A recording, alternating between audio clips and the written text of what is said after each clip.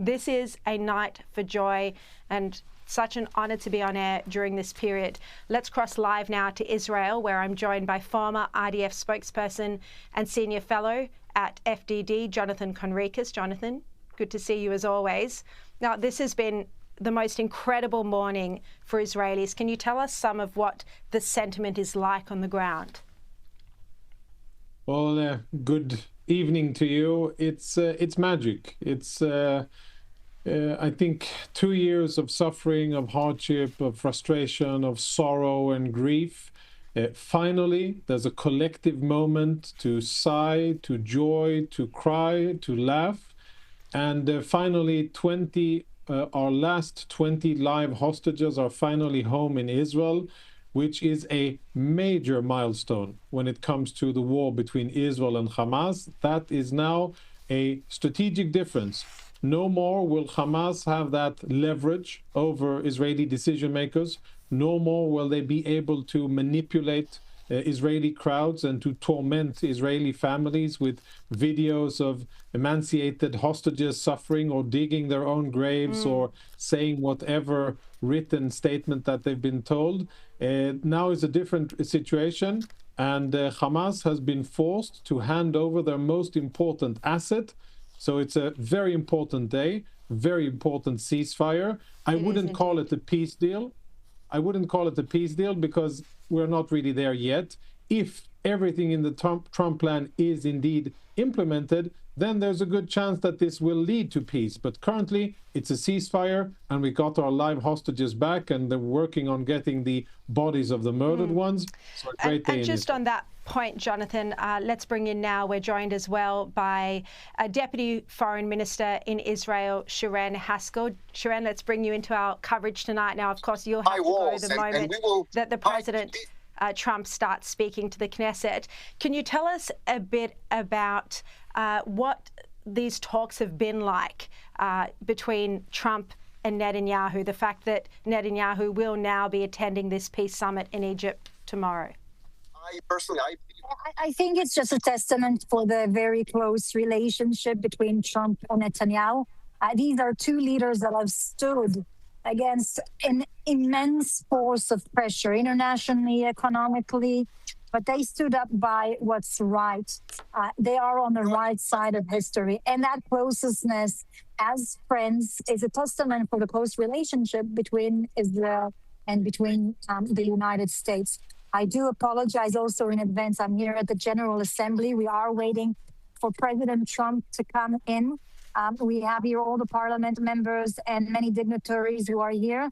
We've been waiting for quite a while. And so as soon as President Trump will come in, I will have to finish the interviews.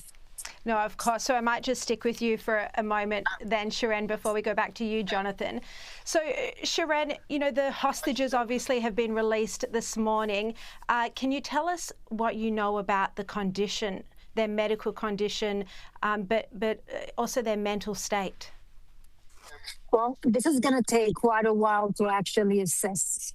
We know from other hostages that returned back, you know, recovering from such a tragedy, from 2 years of torture, physically, emotionally, sexually, being starved, being really, I mean, on the verge of death, injured with such pain and suffering.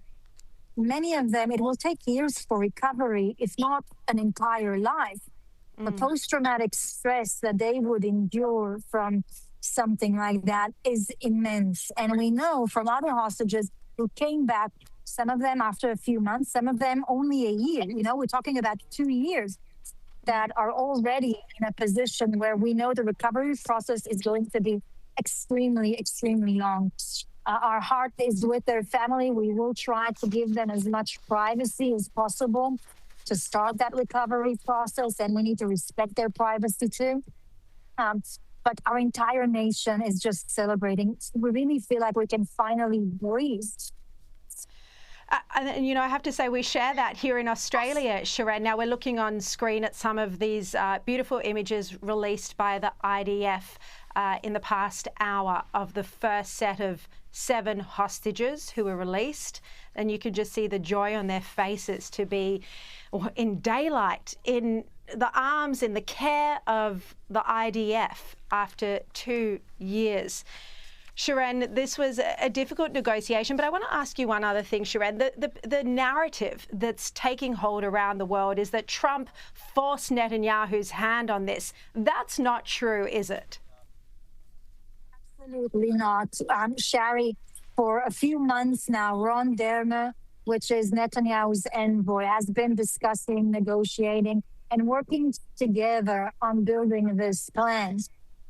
It's important to understand this plan will achieve the goals of the war through a diplomatic path. Israel always will choose a diplomatic path whenever we can reach it. Those goals were straight from the start. It's the return of all the hostages and the disarmament of Hamas. The fact that President Trump was able to put that peace plan on the table when not just Israel has accepted it fully, not one stage, 2 stage, but fully, the entire peace plan. The Arab countries completely accepted it. That's including Jordan and Egypt and Qatar and Turkey. Even the Palestinian Authority have accepted it. It shows you that there's an international consensus specifically about the second stage of the plan that talks about the disarmament of Hamas, and that Hamas cannot have any future role, not from a military perspective and not from a civilian perspective. Unfortunately, though, we're not talking to rational leadership or sensible government. This is a terrorist organization.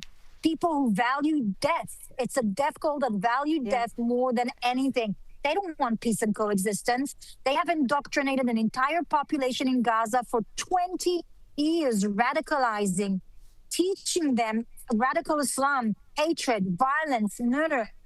Trump, in his plan, speaks about the important issue, not about a slogan, not about a bureaucratic process, not an obsession of a 2-state solution. He speaks about education. He speaks about an economy. He speaks about a path on how Israelis and Palestinians might be able to live side by side in the future. But that's the difficult thing, and let's bring in Jonathan back in now. I mean, Jonathan, knowing about how deeply ingrained this ideology is, not among all Palestinians, of course not, but among Hamas and Hamas supporters, then how does even Trump's peace plan break that? You know, how do you stop the next generation of terrorists from wanting to wage war on Israel?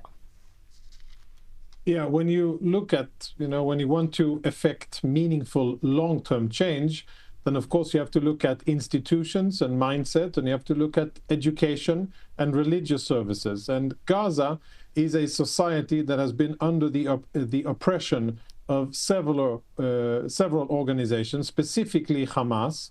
But there's another organization which I think is familiar to Australians, but it's familiar in the wrong way, and Australians probably think good things of it, when in fact it is a very negative influence. And that organization is the UN Relief and Works Agency. Now, yes, exactly. Australians will hear this and say, well, the UN, that's probably the forces of good, right? Handing out aid and helping civilians and whatever. Well, actually, no. That organization is in charge of about 85–90% of the education in the Gaza Strip, and they have been poisoning the minds of Gazans for generations. They are the ones who have been brainwashing Palestinian children to believe that martyrdom is a sweet death, and that to die as a mujahid, as a holy warrior on quest to annihilate the Jews, is a benign thing. When Deputy Minister Haskel speaks about a death cult, that is what UNRWA schools, funded, amongst other things, with Australian taxpayer money, is educating Palestinians to do.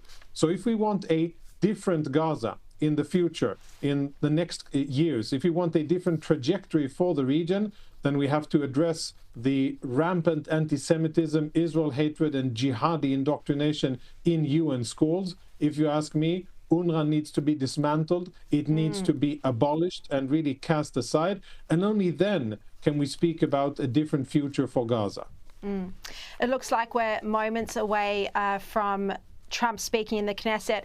But Sharren, just before we let you go to watch that speech, and we'll of course be bringing it live as well, I just want to ask you about how Donald Trump is being received in Israel tonight. Wow. Donald Trump is being received very warmly. Israel never had a better friend than President Trump.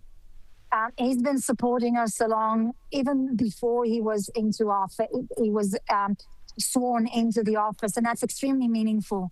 He's one of the few leaders, and there were a few of them, but he was leading that knew that only through pressuring Hamas, withstanding an international trend and standing beside morality and everything, that's what's going to pressure Hamas for a ceasefire. He did this with Hezbollah, he did this with Iran, and he's doing this again now with the current peace agreement that is being put on the table. Sharren, just to interrupt, this is Ivanka Trump and Jared Kushner coming in. Yeah. Sharren, I was just going to say, can you tell us who's walking in now? What's happening? So this is Ivanka Trump and Jared Kushner with Pop. Just there on the balcony, you can see them. They have been a vital part there of building it, planning it, pushing it. They are true friends of the people of Israel, of the state of Israel. We are so fortunate to have such good friends in the White House. They're standing there and they're about to come and sit down. And I guess this is a time where President Trump now he's going to come in as well. We might just stay with you until he walks in. And of course, they had a standing ovation. We can see that there. Ivanka and Jared Kushner. Jared, as you say, has been so central to that deal. A standing ovation in the Israeli parliament for them and for the role that Jared in particular played in bringing together the Arab nations to put pressure on Hamas to release the hostages that has brought the world so much joy today, and to commit to this peace deal. So now we expect Netanyahu and Trump are moments away. Can you tell us, we can see Pete Hegseth there, the Defense Secretary, Secretary of State as well, Marco Rubio. And can you tell us who else is in the room tonight from your there's many ambassadors, many politicians from people who have supported us throughout the time. People mainly from the United States, but also from England and other countries who have supported the people here in Israel in the last 2 years. This have been such difficult years for us. I mean, we are a broken-hearted nation, and I think that this day, starting now, we can start a recovery process. We feel like we can really start breathing. And you can see the people who have supported us through the last 2 years here at the terraces coming to see this historic moment of President Trump. You see the ministers, you see Whitcock, you see Ivanka Trump, and it's a great historical moment. Very few moments like that. And the thing is that when we speak, just one last thing is that when he speaks about a peace, he doesn't just speak of signing an agreement, but as Jonathan Conrico said before, he speaks about a long-term process on how Israelis and Palestinians will be able to live side by side. He speaks about the education system, about UNRWA, about building parallel system right now, an autocrat ruling government civilianly in Gaza. Those are the things we have to discuss. He's spot on. Yeah. Sharren, I can't thank you enough for not only being the Deputy Foreign Affairs Minister of Israel, but our reporter on the scene this evening. Jonathan and Sharren, we'll leave it there with you.